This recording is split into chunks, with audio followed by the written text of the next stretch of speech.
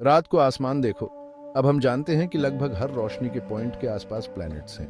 हर star जो हम देख सकते हैं उनके काउंटलेस और भी हैं जो हमारी आंखों से देखने के लिए बहुत डिम हैं।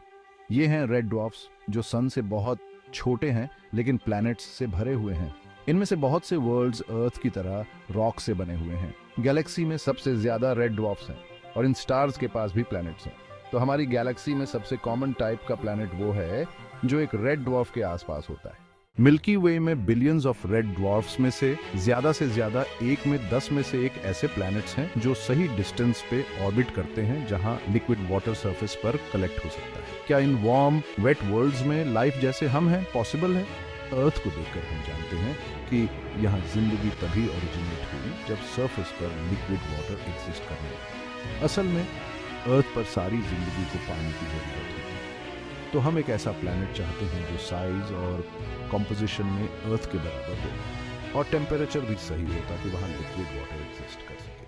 बहुत से रेड ड्वार्फ वर्ल्ड्स अपने डिम स्टार्स के इतने करीब ऑर्बिट करते हैं कि प्लैनेट का एक ही साइड हमेशा इनवर्ड्स फेस करता है।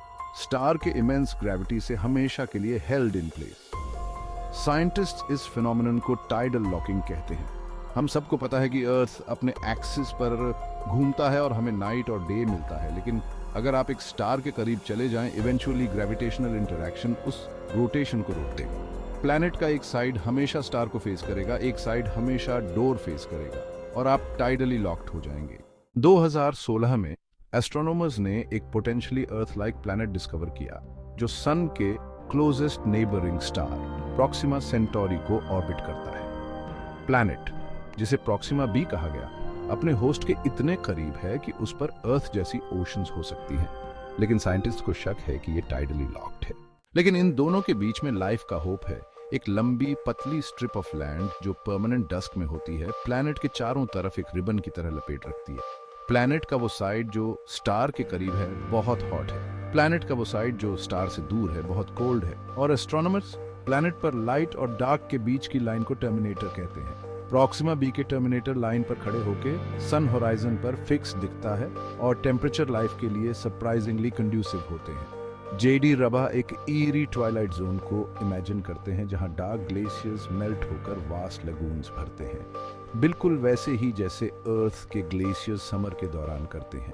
इन दोनों बिल्कुल अलग लैंडस्केप्स के बीच की बाउंड्री कुछ वैसी है जहां हम अभी बैठे हैं। बेसिकली हमारे पास लिक्विड वाटर होगा, वाटर ग्लेशियर से फ्लो होकर वेस्टलैंड की तरफ जाएगा और आइसबर्ग्स इस ब्यूटीफुल बे में गिर रहे होंगे। हमारे पास लिक्विड वाटर है, हमारे पास इस बर्निंग सन से एनर्जी है और ये बिल्कुल वही जगह है जहां हम लाइफ को ढूंढना चाहते हैं।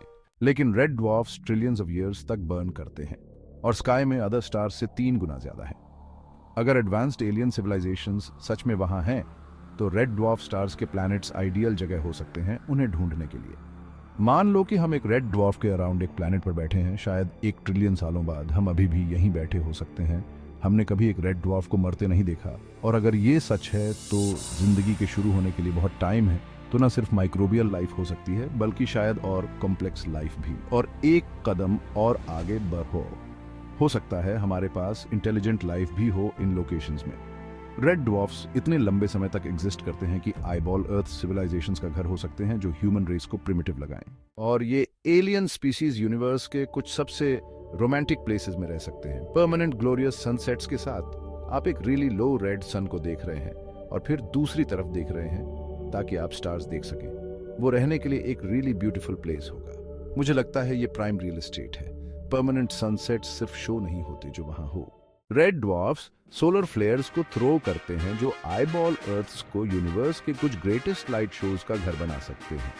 अब रेड ड्वार्फ स्टार्स बहुत स्टेबल हैं, वो एक्चुअली बहुत लंबे समय तक रहते हैं, लेकिन हमें एविडेंस मिला है कि उनके मैसिव सोलर फ्लेयर्स होते हैं जो प्लैनेट्स को एक्सट्रीमली हाई एनर्जी रेडिएशन से स्ट्रेफ कर सकते हैं। ये पावरफुल सोलर फ्लेयर्स हमारे सन के किसी भी चीज से 10,000 गुना तक स्ट्रांग हो सकते हैं।